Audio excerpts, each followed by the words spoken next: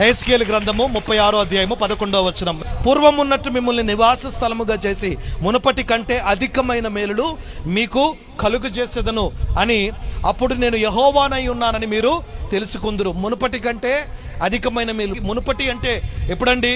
2025 కంటే 26 ఏం చేయబోతున్నాడంటే దేవుడు మన పక్షముగా అధికమైన మేలులు చేయబోతున్నాడు.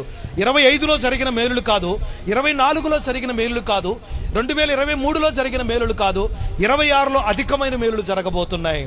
ఇంతకుముందు ఒకవేళ ఏ మేలు జరగలేదా అలా అనొద్దు. ఖచ్చితంగా దేవుడు నీ పట్ల మేలు చేశాడు. అంతకు మించిన మేలు కూడా ప్రభు చేయబోతున్నాడు. ఆదికాండము 1వ అధ్యాయము 20వ వచనం చూడండి. దేవుడు వారిని ఆశీర్వదించెను ఎట్లనగా, దేవుడు వారిని ఆశీర్వదించాడు.